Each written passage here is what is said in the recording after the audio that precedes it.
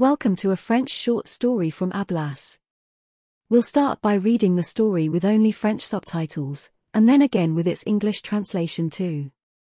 Finally, we'll cover some vocab that we found in the story. Follow along with the full story text on the Ablas website. A link will be in the description.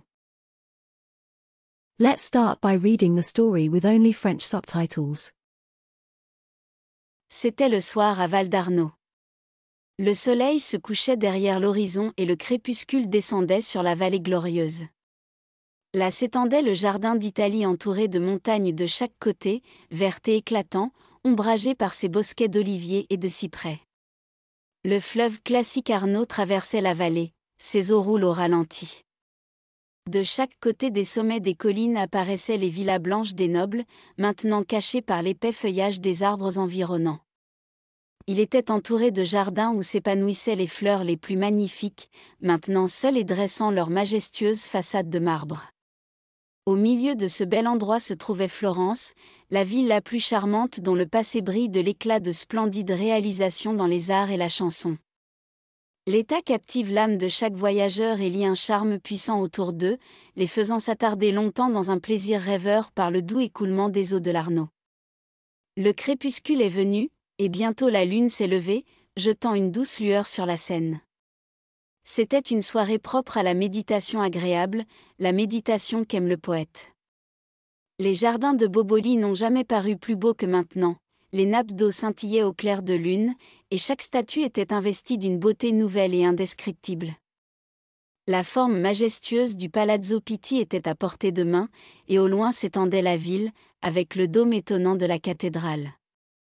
Sous l'ombre solennelle des grands arbres étaient assis deux amants. Ils pouvaient à peine parler tant leur cœur était plein. Now we'll read the story again with both French and English subtitles.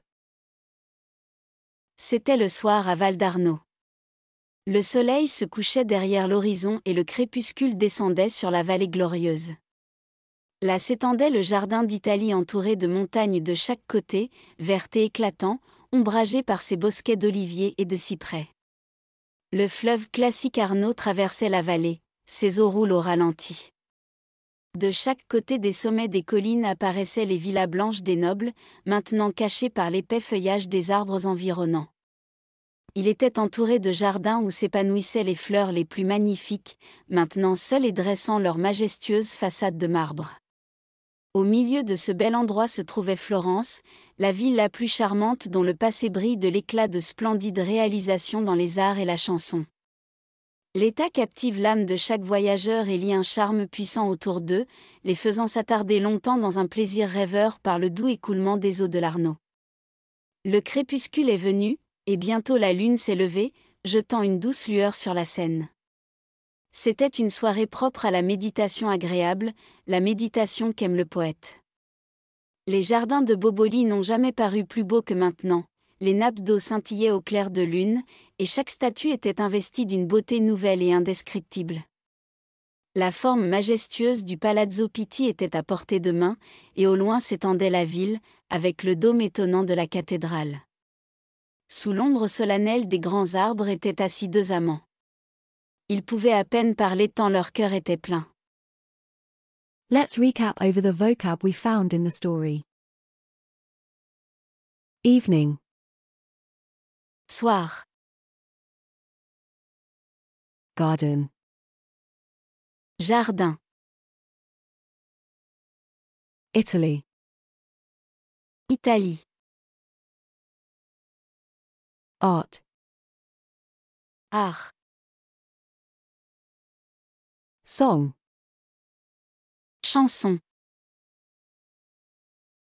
cathedral. cathédrale. Subscribe for more content like this, and check out the website for more language learning resources and fun games.